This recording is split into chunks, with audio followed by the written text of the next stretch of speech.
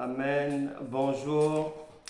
Meilleurs vœux pour l'année 2024 à tous. Nous croyons en tant qu'enfants de Dieu que l'année qui vient de commencer ne peut qu'être meilleure que celle qui vient de s'achever. Et donc nous avons toujours cette ferme espérance que les jours meilleurs sont à venir. Et comme Dieu est toujours comme une maman, il est toujours impatient de faire du bien à ses enfants. Et bien aussitôt, la nouvelle année présente, aussitôt, le Seigneur a des grâces nouvelles toujours pour ses enfants. Puisqu'il est dit dans Lamentation chapitre 3, versets 21 à 22, que les bontés de l'Éternel ne sont pas épuisées et qu'elles se renouvellent chaque matin. Donc aujourd'hui encore, le Seigneur a prévu de très belles choses pour chacun d'entre nous. À chacun simplement, comme un enfant qui sait écouter sa maman, qui prête attention à ce que les parents disent, à chacun de bien disposer son cœur, de bien écouter parce que c'est Dieu qui est sa parole et qui est dans sa parole qui va nous parler pour nous conduire directement vers la solution au moins d'un problème que chacun de nous rencontre actuellement. Et nous croyons, comme Dieu ne fait pas les choses à moitié, c'est pour résoudre tous nos problèmes du moment et pour nous parler et nous faire du bien. Et il nous invite à l'entendre dans un message intitulé « Un miracle pour toi aujourd'hui ». Bien-aimé, Dieu a plusieurs tours dans sa poche. Dieu a plusieurs manières de faire les choses. Ne t'occupe jamais, même si l'intitulé de notre enseignement, cette semaine ou la semaine dernière, avait le même titre, le même intitulé, ne t'occupe pas de ça. Dieu ne fait jamais deux fois le même miracle. Jamais. Il est multisystème. Il diversifie les grâces, les bénédictions. Il apporte la provision divine par ses propres voies. Il peut utiliser quiconque, n'importe quand, de n'importe quelle manière, avec toujours le même objectif. Te faire du bien, te sortir de la difficulté. Et je crois de tout mon cœur que dans cet enseignement encore, à travers lequel Dieu va faire des prodiges dans ta vie, les morts vont ressusciter. Et toute situation qui était perdue, morte, même si l'hôpital avait dit il reste 6 mois à vivre parce qu'il y a une tumeur, un cancer, bien-aimé, ouvre bien ton cœur. C'est ta délivrance. Et je crois que les aveugles verront, les sourds entendront, les muets vont parler, les démons vont être chassés et que quiconque attendait le secours de Dieu pour quelque chose de précis va simplement recevoir le secours de Dieu après avoir écouté la parole et fait l'effort de comprendre ce que Dieu est venu faire dans ta vie. Et si tu n'es pas encore enfant de Dieu, nous allons prier tout à l'heure pour ta conversion. Et si tu avais reculé, eh ben, dans cette prière, nous allons aussi prier pour tous ceux qui ont rétrogradé ou tous ceux qui ont trahi Dieu qui veulent faire la paix pour tout ce monde-là, nous allons prier aujourd'hui. Notre enseignement est intitulé « Un miracle pour toi aujourd'hui ». Et l'adresse biblique où le Saint-Esprit nous attend, c'est 2 Rois chapitre 5 à partir du verset 1. 2 Rois chapitre 5 à partir du verset 1. Je lis. Naaman, chef de l'armée du roi de Syrie, jouissait de la faveur de son maître et d'une grande considération, car c'était par lui que l'Éternel avait délivré les Syriens. Point. Mais cet homme fort et vaillant était lépreux. Je m'arrête d'abord là pour dire ceci. Il y a quelque temps, dans un enseignement à l'issue duquel le Saint-Esprit avait fait de très belles choses dans les vies des uns et des autres, nous étions venus dans ce texte. Bien-aimés, il faut savoir que Dieu a plusieurs manières de parler et que la parole de Dieu est tellement variée, tellement riche que on peut y revenir matin, midi, soir, et tu penseras que nous allons parler de la même chose. Non, non, non, non, non. Dieu a donné à ses ambassadeurs la capacité de pouvoir parler de sa part, tantôt de telle manière, tantôt de telle autre, tantôt comme cela, avec des variations, parce que n'oublie pas, Christ qui est la tunique de Joseph a plusieurs couleurs. Donc aujourd'hui, nous allons prendre une autre couleur de ce texte avec les objectifs vraiment positifs pour ta vie. Nous prenons le verset 2. Or, les Syriens étaient sortis par troupes et ils avaient emmené captive une petite fille du pays d'Israël, qui était au service de la femme de Naaman. On s'arrête d'abord là. Parce que déjà là, il y a à boire et à manger là. Bien-aimé dans le Seigneur, je te répète que du premier verset de la Bible, Genèse chapitre 1, verset 1, jusqu'au début du ministère de Jésus-Christ, ce qu'on appelle, la période de la loi, des psaumes, des prophètes, et Jésus aussi a fait ministère sous la loi. Toute cette période-là, de Genèse chapitre 1, verset 1, au début du ministère de Jésus, est caractérisée par ce qu'on appelle l'ombre. C'est une image. En d'autres termes, une parabole. Ce n'est pas l'exacte réalité des choses. Maintenant, pour trouver l'exactitude, il nous faut aller fouiller tantôt à droite, tantôt à gauche, et principalement dans le ministère du Seigneur Jésus, car à travers son ministère, il a accompli tout ce que les prophètes, les psaumes et la loi avaient planifié à son sujet. Donc, aujourd'hui, nous allons, bien sûr, l'objectif en fin de course, c'est que le Saint-Esprit puisse résoudre les problèmes de la vie de tous les jours.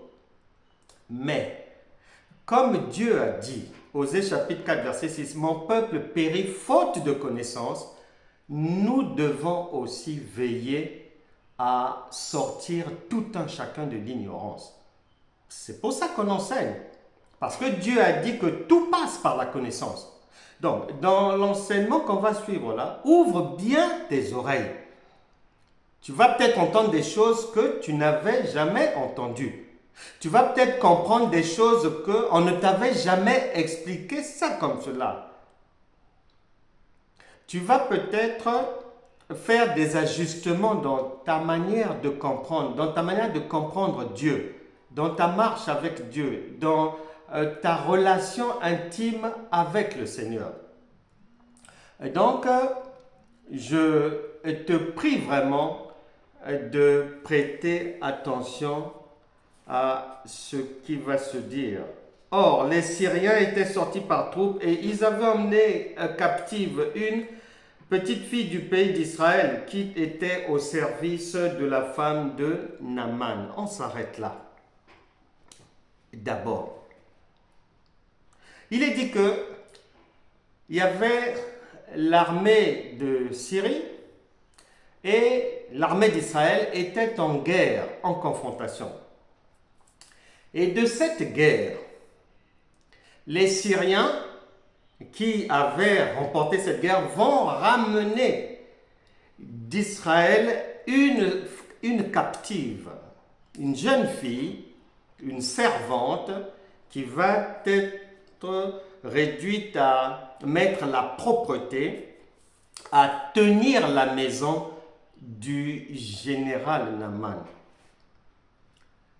Il faut savoir qu'une personne chargée au service, déléguée, c'est-à-dire affectée au service de la propreté d'une maison, elle met la maison en ordre. Elle met toutes choses en ordre. Elle soigne. Elle met la propreté. Donc, ce n'est déjà pas rien. Et on ne peut pas confier son intimité, sa maison à n'importe qui pour que la personne y mette de l'ordre. Et le verset 3 dit, et elle dit, le verset 2, 3, et elle dit à sa maîtresse, oh, si mon Seigneur était auprès du prophète qui est à Samarie, le prophète le guérirait de sa lèpre. Le général Naaman souffrait de la lèpre. Il était malade. Mais, chose bizarre, en Israël, lorsque tu souffrais de la lèpre, tu étais exclu jusqu'à la guérison possible de la maladie pour être réintroduit parmi les autres. Mais en Syrie, on voit là un général qui souffre d'une lèpre, mais qui vit encore au milieu des siens. Maintenant, chose étrange, la lèpre, nous savons tous que c'est quelque chose qui est sur le corps. C'est intime, c'est de l'intimité. La question, quand tu lis là, quand tu arrives là, le Saint-Esprit te pose la question. Comment une esclave, une servante, a-t-elle su que le général, qui est toujours en tenue, qui a toujours ses beaux vêtements, comment a-t-elle su que le général était malade de la lèpre? Car il n'y a que quelqu'un qui peut voir la nudité du général, qui peut savoir que là, il est malade, il a une lèpre. Il n'y a qu'un intime. Comment a-t-elle fait? Et il est dit, elle a dit à sa maîtresse, cela ne t'étonne pas que la maîtresse ne puisse pas se fâcher pour dire, mais comment? Est-ce que tu ne serais pas allé avec mon mari? Comment? Est-ce que je ne vais pas être obligé de te condamner à mort pour avoir couché avec mon mari? Comment tu as su? Elle ne fait pas de problème. Elle accepte ce que la jeune fille a eu à dire. Ne lui demandons pas comment elle a su ça, parce que ce sont des secrets de la vie privée d'une personne. En tout cas, ce n'est pas le général qui le lui a dit. En tout cas, ce n'est pas sa femme qui le lui a dit, sinon le Saint-Esprit nous l'aurait dit. Alors, normalement,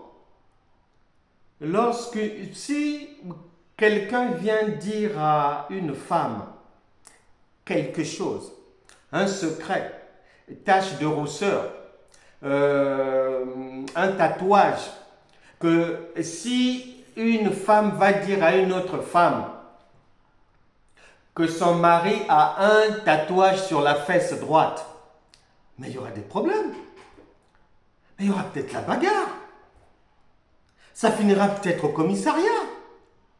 Parce que comment a-t-elle su que le mari de l'autre a une tache ou un tatouage sur la fesse droite? Mais la femme mariée, pour elle, elle sera convaincue qu'ils sont allés ensemble. Peut-être dans un hôtel. Ou dans une rue sombre comme ça. Mais la maîtresse de maison ne fait pas ça. Ne soupçonne rien. Ne pose pas de questions. Comment vous avez fait pour le savoir? Qui vous a dit? Où êtes-vous allé avec mon mari? Non, elle ne fait pas ça. À partir de là, tu dois te souvenir que Dieu s'occupe toujours, lui qui est esprit, des choses spirituelles qui précèdent les choses visibles. Donc, à partir de là, tu sais que Genèse chapitre 1, verset 1 et 2 Corinthiens chapitre 4, verset 18, la parole de Dieu vient te faire comprendre, ma fille, mon fils, ce que tu es en train de lire là, ça n'a rien à voir avec vos choses à vous des humains, ça n'a rien à voir avec les vacheries que quelqu'un peut faire à sa femme ou vice-versa. Non, nous sommes dans les choses spirituelles. Si la maîtresse ne se fâche pas, c'est que ça n'a rien de terrestre, ce sont des choses spirituelles. Pour dire quoi? Pour dire que la lèpre, ce n'est pas ce que tu crois forcément qui est collé une tache au corps. Non. La lèpre dans la révélation, dans le langage de Dieu, touche les défauts du comportement, du caractère. Le général vivait peut-être dans le péché. Était-il adultère? On ne sait pas. Mais ce qui intéresse le Saint-Esprit, c'est d'en arriver à toi. As-tu une lèpre? Quelle est ta lèpre? Où en es-tu avec le changement de vie? Est-ce que ton changement de vie depuis que tu es dans le Seigneur est effectif? Les païens disent quoi de toi? Ton mari pense quoi de toi? Est-ce que ta famille trouve réellement que tu as changé? Où en es-tu avec ça? La lèpre, ce sont les mauvais comportements. Et le Saint-Esprit tient à ce que tout un chacun puisse abandonner sa lèpre aujourd'hui. La lèpre, elle est cachée. Quand peut-être tu fais ces choses, personne ne te voit. Sache que comme cette servante, l'œil de Dieu voit tout et il te voit. Lorsque tu fais des divisions, le favoritisme entre les enfants d'un tel et tes propres enfants, Dieu te voit. Et tu risques de prier et perdre ton temps dans les jeûnes et des prières. Et tant que tu n'arranges pas ce mauvais côté de ton cœur, tant que tu ne l'abandonnes pas, la Bible déclare, Dieu ne fais pas de favoritisme. Si tu prétends que tu as l'Esprit de Dieu, pourquoi fais-tu du favoritisme? Pourquoi es-tu dans l'injustice même au travail? Pourquoi est-ce que dans ta vie, il y a des choses qui, lundi, tu es gentil avec tout le monde, mardi, les autres doivent gérer tes états d'âme, même à la maison, les enfants ne comprennent pas, tu es un personnage peut-être avec une double identité, on ne comprend pas bien. Quelle est ta lettre? Écoute ce que la parole de Dieu déclare, Jacques chapitre 2, parce que beaucoup sont dans l'autosatisfaction. Ah oui, avant j'étais nerveux, mais gloire à Dieu, je ne le suis plus. Qui t'a dit ça? Qui t'a dit ça? Jacques chapitre 2 verset 10. Car quiconque observe toute la loi, virgule, mais pêche contre un seul commandement, virgule, devient coupable de tous. Donc, c'est zéro devant Dieu. Toute lèpre doit finir aujourd'hui. Toute lèpre doit s'arrêter aujourd'hui. Les lèpres des temps modernes, le Saint-Esprit nous en parle dans Galates chapitre 5. Et si tu te retrouves là-dedans, commence déjà à parler dans ton cœur à Dieu pour que tu puisses faire la paix avec lui aujourd'hui.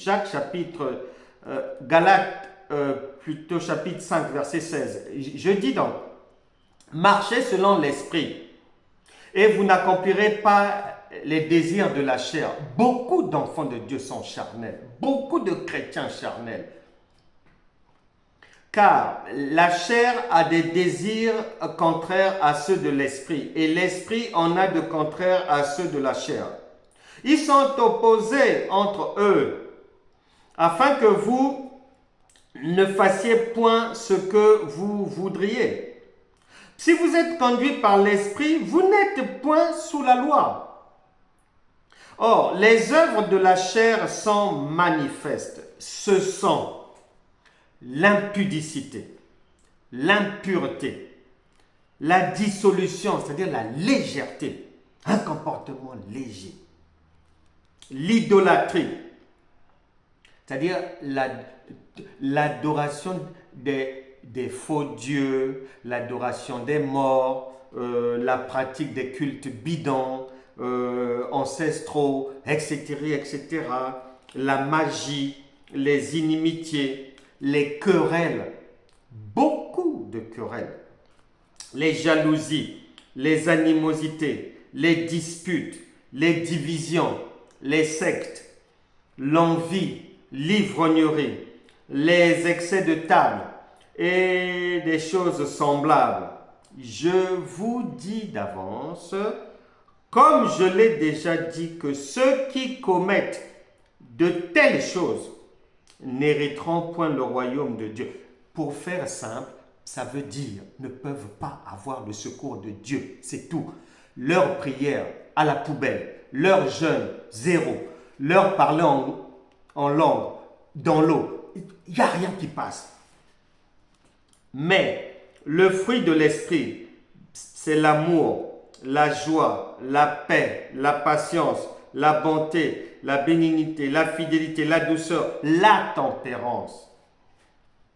C'est ce que Dieu attend de tous ceux qui nous rejoignent dans le royaume de Dieu. Où en es-tu avec ça? Naaman avait ces problèmes-là. Où en es-tu avec ça? Et nous allons prier d'abord pour que tous ceux qui ne connaissent pas encore Dieu et qui marchent encore dans le péché, ou tous ceux qui ont rétrogradé, tous ceux qui étaient pour X raisons fâchés avec Dieu, tous ceux qui étaient découragés parce que soi-disant la vie n'avance pas, ils ne voient pas la main de Dieu, ou bien pour d'autres personnes, ils ont rétrogradé parce que découragés, on les avait trompés quelque part là-bas, on les avait dépouillés il y a 2 ans ou 3 ans, etc., etc. Le Seigneur dit que aujourd'hui est un nouveau jour et que plus rien ne sera comme avant. Nous prions maintenant pour la conversion de toute personne qui n'est pas encore ici convertie et pour la fin de toute lèpre, les péchés cachés, pornographie, masturbation, sodomie et autres, tous ces péchés cachés-là, vol, mensonge, faux témoignages, trafic en tout genre, nous allons prier. Que chacun ouvre son cœur et parle dans son cœur à Dieu. Seigneur, nous sommes là réunis devant toi. Saint-Esprit, que par la puissance de ton esprit, que toute personne ici qui hésitait encore à nous rejoindre dans le royaume du repos, de la joie, de la paix, dans le royaume de Dieu, ou bien qui étaient d'abord avec nous et qui sont partis étant déçus, ou toutes personnes qui sont des traîtres, un pied dedans, un pied dehors, ou toute personne qui dit marcher par l'esprit et en fait dans la réalité un chrétien, un homme animal, homme charnel, au nom de Jésus, que par la puissance de la résurrection de Christ, Saint-Esprit, pardonne tout péché. Que ta puissance se manifeste dans les vies de tout un chacun, afin que la paix soit totale entre tous ces enfants de Dieu, entre nous tous enfants de Dieu et toi, notre Père. Que tout péché, toute pulsion, que tout mal, toute méchanceté, toute chose horrible, tout comportement dont Dieu a en horreur, qui pourchasse une personne ici, en cachette, ou à moitié, de manière à moitié visible, ou peu visible, ou très peu visible, au nom de Jésus, je brise ces jougs sur la vie de tout un chacun. Je brise toute malédiction, tout lien qui maintenait les ténèbres dans la vie de quelqu'un soit maintenant brisé afin que la délivrance soit désormais totale au nom de Jésus. Amen. Amen. Nous étions donc au verset 3 et on disait donc que la maîtresse n'a pas fait de problème. Et ce qu'il faut bien comprendre, c'est que la Syrie représente le monde pour aller vite.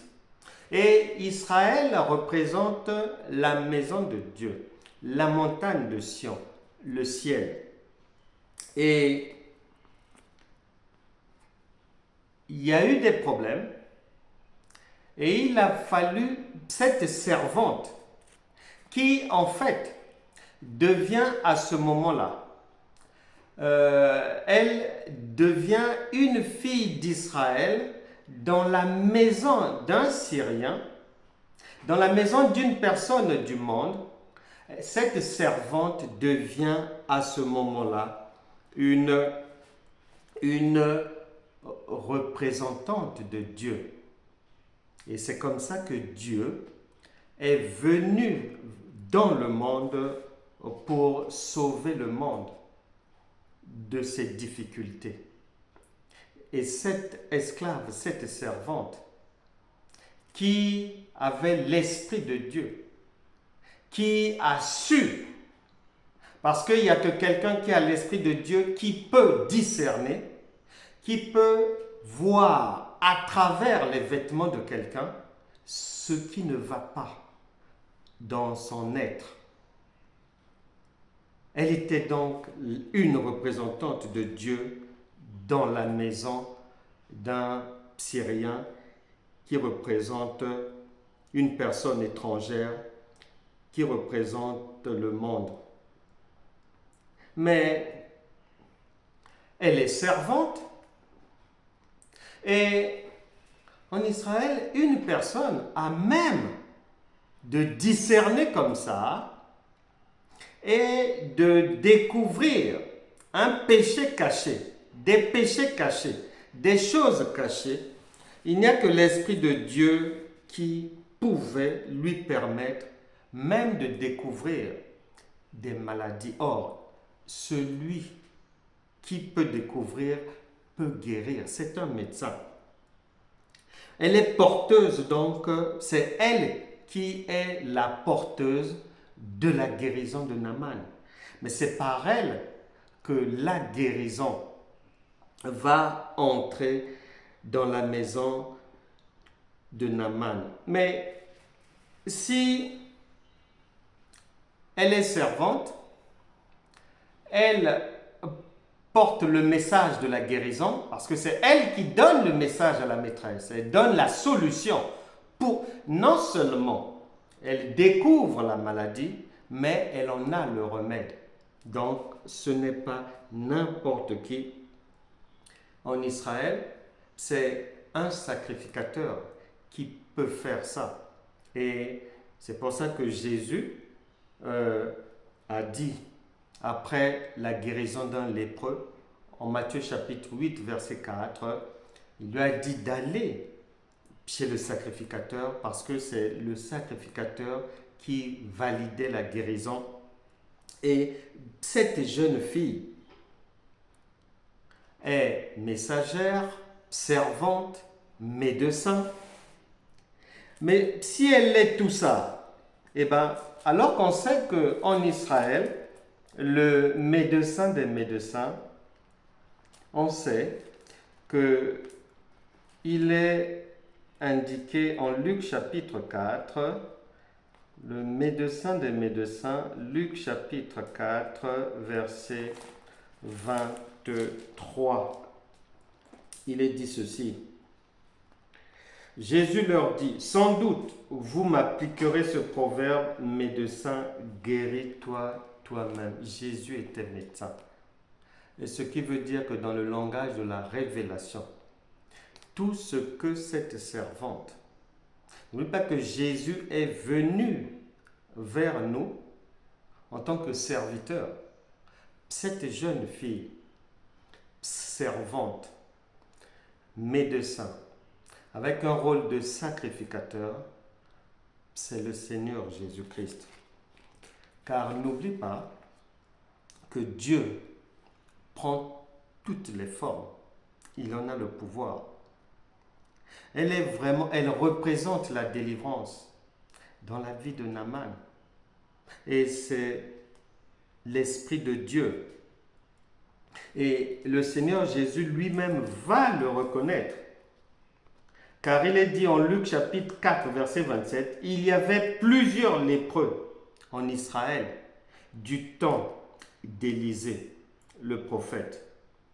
Et cependant, aucun d'eux ne fut purifié, si ce n'est Naaman le Syrien. Aucun Israélite n'a été purifié de sa lèpre, si ce n'est Naaman. Et si le Seigneur Jésus en parle, c'est parce que lui-même il a dit, il était hier, aujourd'hui et éternellement. Cette jeune servante, c'est le Seigneur Jésus. Puisqu'il a dit qu'avant qu'Abraham ne soit là, il était déjà là. Il a encore ajouté que tout ce qui est écrit dans la loi, les psaumes et les prophètes, ça le concerne lui, ça explique ce qu'il va venir faire. Donc c'est le Seigneur qui était déjà dans la maison de Naaman. Et il faut aspirer, comme Naaman, à sortir du mal, parce que la Bible déclare, Hébreux chapitre 4, verset 7, si aujourd'hui vous entendez sa voix, n'endurcissez pas votre cœur. Dès que sa femme lui a dit que la servante a dit que la solution à ta maladie, c'est le prophète d'Israël. Il est dit que au verset 4, Naaman, donc immédiatement, alla dire à son maître, 2 points. La jeune fille du pays d'Israël a parlé de telle et telle manière. Il n'a pas douté. Arrête de douter. Laisse le Saint-Esprit te faire du bien. Même si c'est un général. Donc, c'est sûr et certain qu'il a consulté des médecins. Il a déjà été ausculté par beaucoup de gens. Il est peut-être allé à droite, chercher le secours, aller à gauche. Mais il ne s'est pas découragé. Pourquoi te décourages-tu? Pourquoi veux-tu abandonner? Lui, malgré la souffrance, malgré la douleur, il a écouté, il a fait confiance et il est allé voir son chef pour lui expliquer que on m'a dit par la servante venue d'Israël que mon secours se trouve en Israël. Il faut donc savoir faire confiance à Dieu. Il finit toujours par intervenir. La jeune fille, elle sait toutes choses. Or, l'unique personne qui sait tout, c'est le Seigneur Jésus. Et n'oublie pas qu'elle est servante. Une servante, elle est chargée de quoi? De faire quoi? Elle est chargée de mettre de l'ordre. Or, 1 Corinthiens chapitre 14, verset 33, nous indique clairement que Dieu est un Dieu d'ordre. Laisse Dieu remettre de l'ordre dans ta vie ou mettre l'ordre dans ta vie s'il n'avait jamais. Nous allons encore prier. Explique maintenant à Dieu ton problème dans ton cœur. Dis clairement à Dieu ce que tu veux qu'il fasse pour toi. Parce que ce que la jeune fille, la servante, celle à l'Esprit de Dieu, a dit à la maîtresse, à la femme du général Naaman, ce qui a été reporté au général, il est directement parti rechercher sa délivrance. Il est allé rechercher sa guérison. Et c'est le Seigneur Jésus. Tu l'attendais peut-être d'une autre manière. Tu pensais que c'est parce que tu avais prié et qu'il allait obligatoirement te répondre dans la prière. Tu pensais que c'est parce que toi, tu étais passé par là, que ton enfant aussi obligatoirement, Dieu va le faire passer par là. Non. Dieu a plusieurs manières de faire.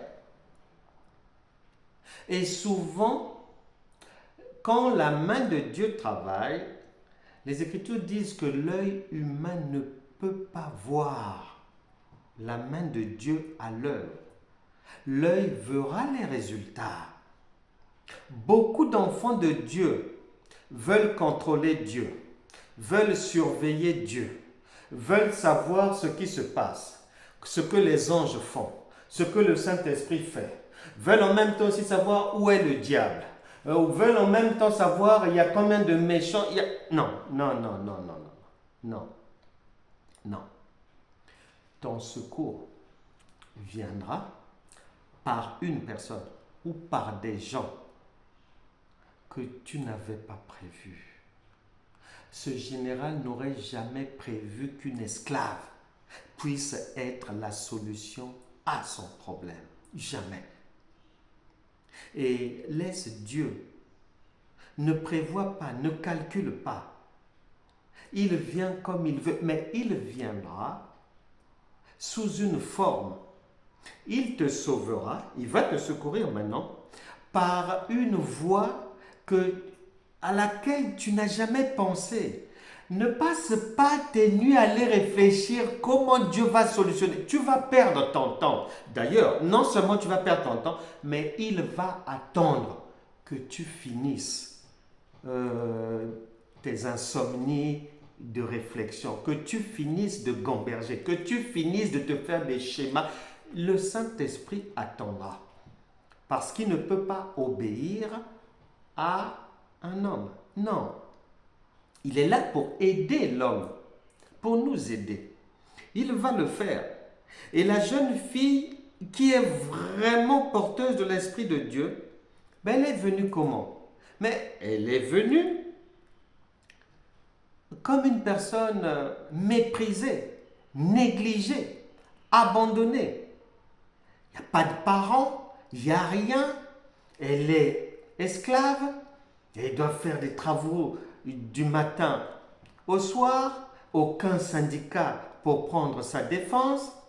Mais tu remarqueras bien que elle avait le cœur de Dieu pour que sa maîtresse puisse être en bon terme avec elle. Un. Deux, puisse lui faire confiance. Qui va faire confiance à une esclave? Une moins que rien. Elle n'était pas n'importe qui. Et le Seigneur voudrait que ton cœur soit à l'identique de son cœur. Peu importe les situations par lesquelles tu passes, Dieu, comme cet esclave, il vient vers toi. Elle est venue avec l'Esprit de Dieu, mais cet Esprit de Dieu, nous savons que c'est le Seigneur. Ésaïe 53, l'esclave est méprisé, négligé, abandonné.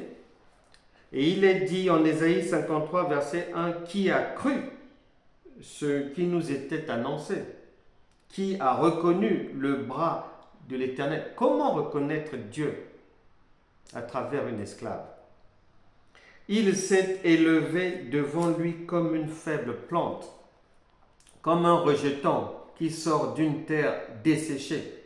Il n'avait ni beauté, ni éclat pour attirer nos regards. Et son aspect n'avait rien pour nous plaire, méprisé et abandonné des hommes, homme de douleur et habitué à la souffrance, semblable à celui dont on détourne le visage. Nous l'avons dédaigné. Nous n'avons fait de lui aucun cas, comme cet esclave. C'était déjà le Seigneur dans la maison de Naaman. C'était déjà le Seigneur dans la maison de Naaman. Et au début d'Ésaïe 53, il est dit que qui a reconnu le bras de l'Éternel? Le Seigneur va envoyer des gens. Le Seigneur avait peut-être déjà envoyé la bonne personne, mais tu ne l'as pas reconnu. Tu as rejeté le bon chemin parce que tu avais planifié. Pour toi, tu as une idée de Dieu, une idée par laquelle Dieu fait. Non, ce n'est pas comme ça. Le bras de l'Éternel, le bras c'est la droite de l'Éternel. La droite c'est la force, mais il s'est fait petit, comme cette servante. Et l'Éternel est devenu une faible plante. Or, la faiblesse, il est dit que c'est la chair.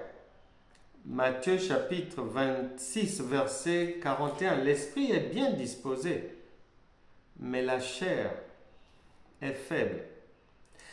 Et cette servante est aussi représentante du sexe faible. Mais les Écritures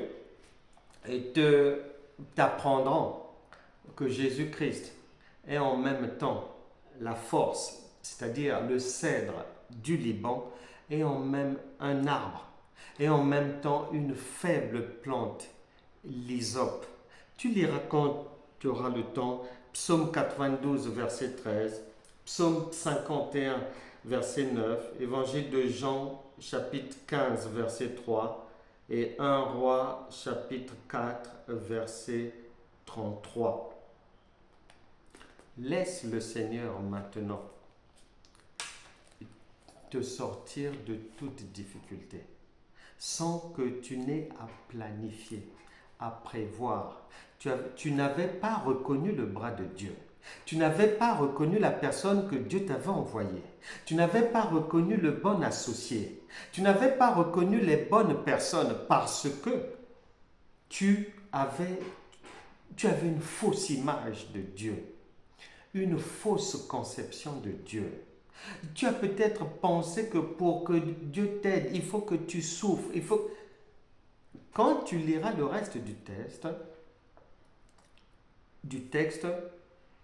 il n'y a rien de compliqué à faire pour sortir de sa lèpre, pour recevoir le secours de Dieu. Parce que cette servante qui est l'image du Seigneur Jésus est venue pour sortir chacun de nous de toute difficulté, sans douleur, sans larmes, pour nous donner le repos. Matthieu chapitre 12, verset 18. Voici mon serviteur que j'ai choisi, mon bien-aimé, en qui mon âme a pris plaisir. Je mettrai mon esprit sur lui et il annoncera la justice aux nations. C'est ce que la servante a fait. Elle a annoncé la bonne nouvelle du salut, du secours. Elle était le Seigneur dans la maison du général Naaman. Naaman avait des faiblesses, mais Dieu est venu pour sauver tous ceux qui ont aussi des faiblesses. Nous allons maintenant prier. Ne te décourage jamais. Et peut-être que les choses ont stagné parce que tu t'es arrêté, parce que tu as limité les choses. Cette servante, elle n'a pas eu peur de dire à la maîtresse ce qu'il en était. Pourquoi as-tu peur? Pourquoi limites-tu Dieu? Ne limite pas Dieu. Et Dieu n'est pas un homme. Dieu ne dépend pas ni de la conjoncture économique, ni des humeurs des gens, ni des schémas, des calculs intellectuels. Dieu ne dépend pas ni du nombre de chansons que tu connais, ni du nombre de versets que tu connais, ni de si tu sais porter une Bible sous les aisselles ou sur la tête ou pas. Dieu ne dépend pas de si tu sais parler en langue ou si tu peux parler 8 heures en langue ou pas. Il ne dépend pas de tout ça. Ce n'est pas un gamin, ce n'est pas un homme. Fais-lui confiance. Ne t'arrête pas, ne limite pas ta destinée. Va plus loin. Et lorsque tu vas aller plus loin, tu vas rencontrer le Seigneur. Naaman n'est pas resté en Syrie. Non, on lui a dit que le secours, c'est là-bas, en Israël. Il a fait le chemin. Ne sois plus têtu, entêté. Ouvre ton cœur. Je connais un ami serviteur de Dieu. Et j'ai toujours beaucoup rigolé sur cette histoire. Il y a plusieurs années de cela, il était en difficulté sérieuse avec sa femme. Il louait quelque part. Mais il avait tellement de problèmes, tellement de difficultés, qu'à un moment donné, il n'arrivait plus à payer son loyer. À partir de là, le, les, euh,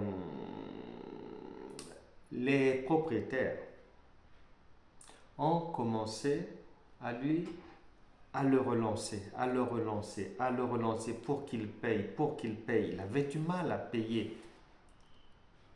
Et jusqu'au moment où ils lui ont dit, tu dois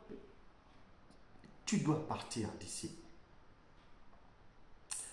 Et n'oublie jamais, il est écrit dans Romains chapitre 8, verset 28, nous savons du reste que toute chose concourt au bien de ceux qui aiment Dieu.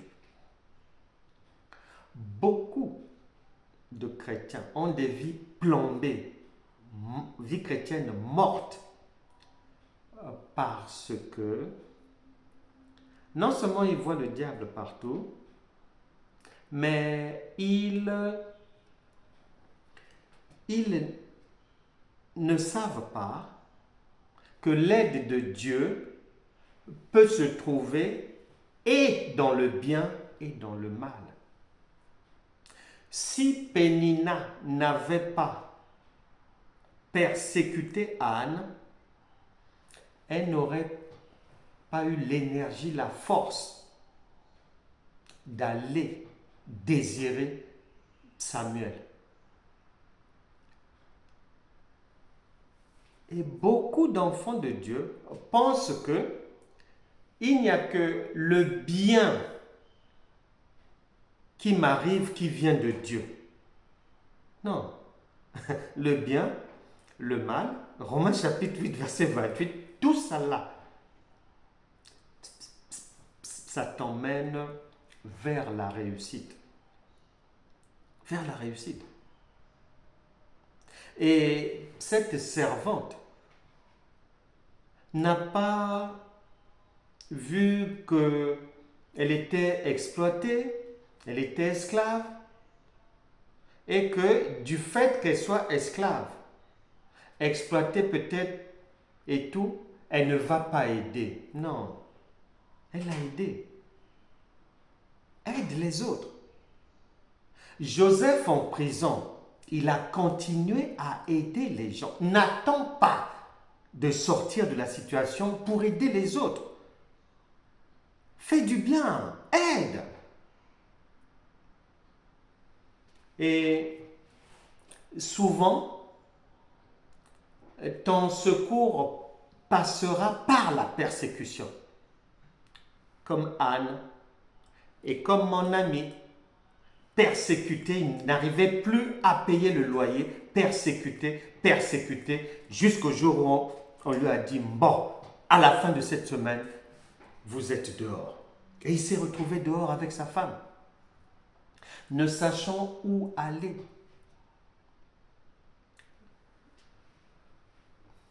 En sortant de là, ne sachant pas où aller, le jour où ils sont exclus de ce logement, ils sont chassés.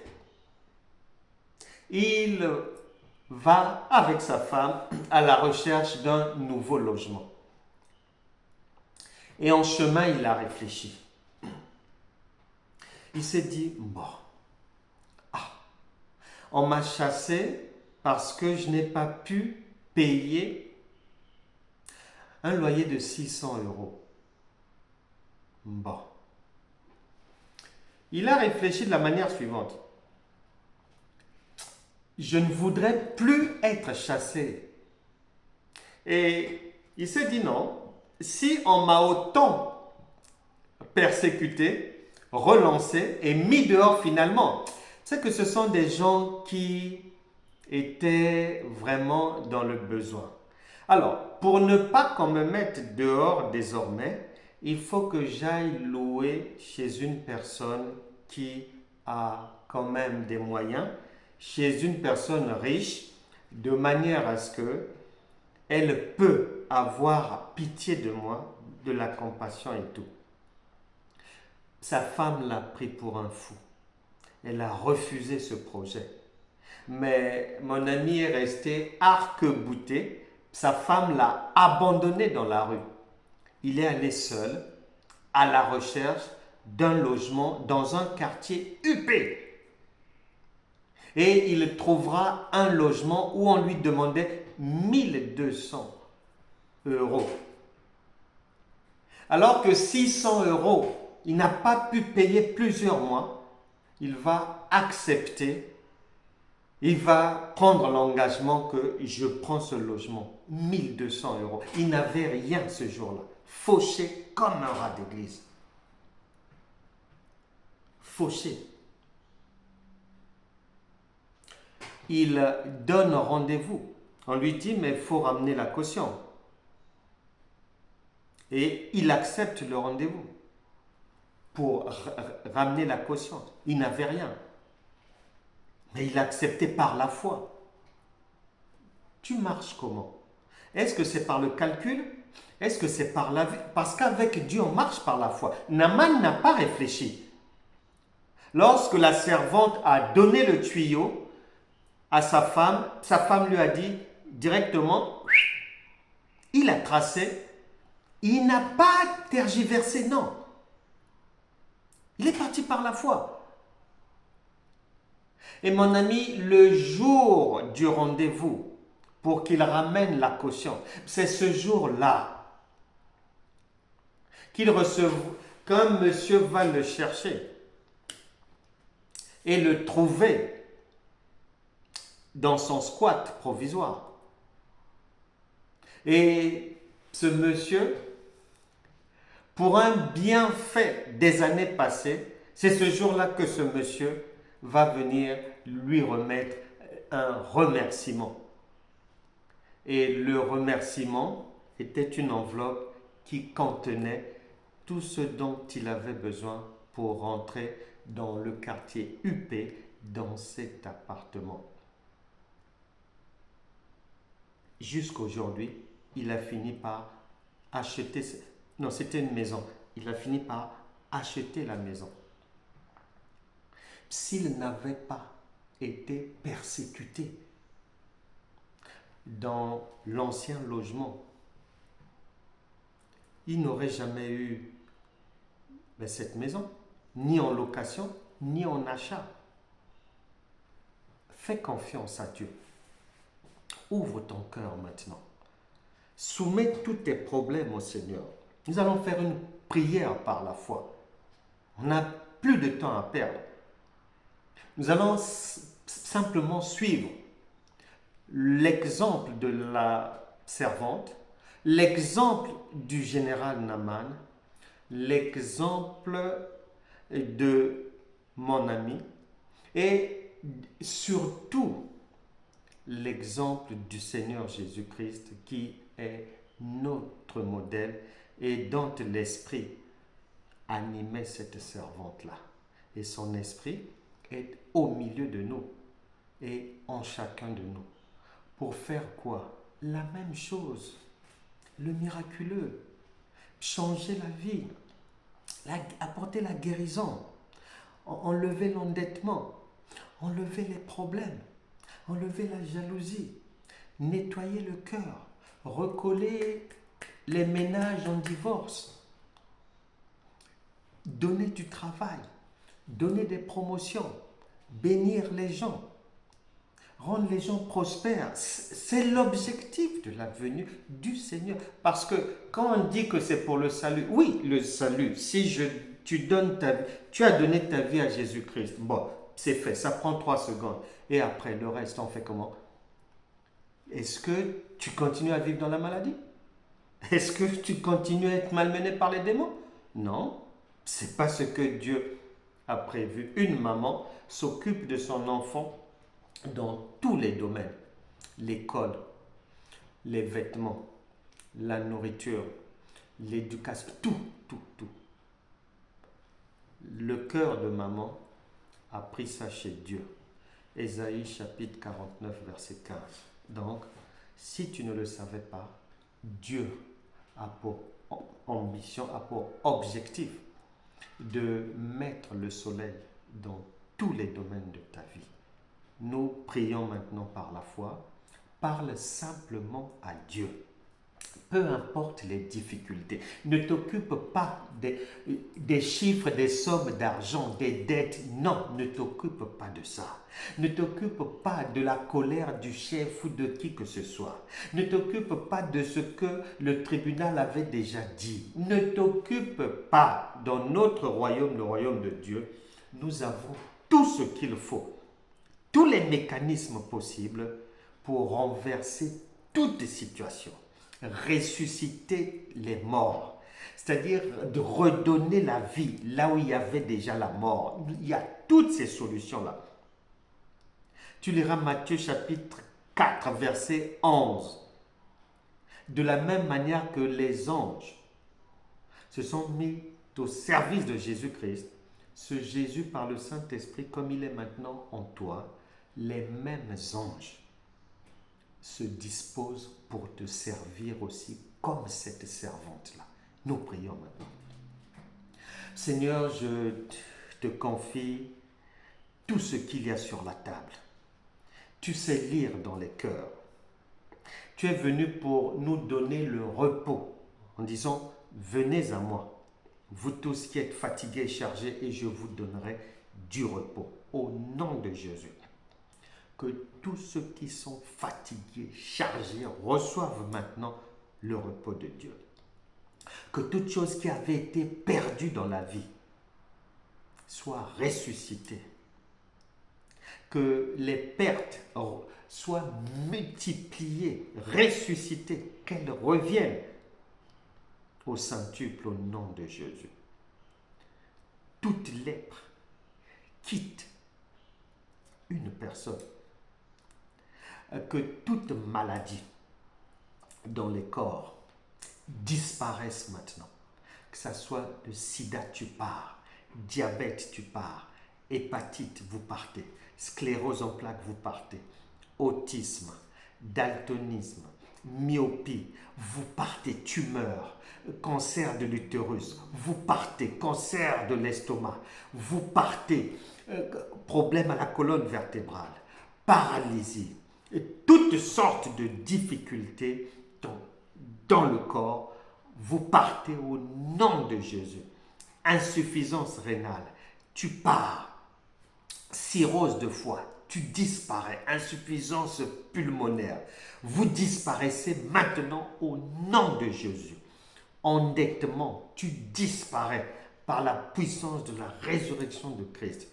Que toute difficulté éducationnelle, toute difficulté dans la relation sentimentale, dans la relation conjugale, soit aplanie à partir d'aujourd'hui au nom puissant de Jésus. Que la paix, la joie, le repos, la grâce de Dieu visite tout un chacun au nom de Jésus. Amen.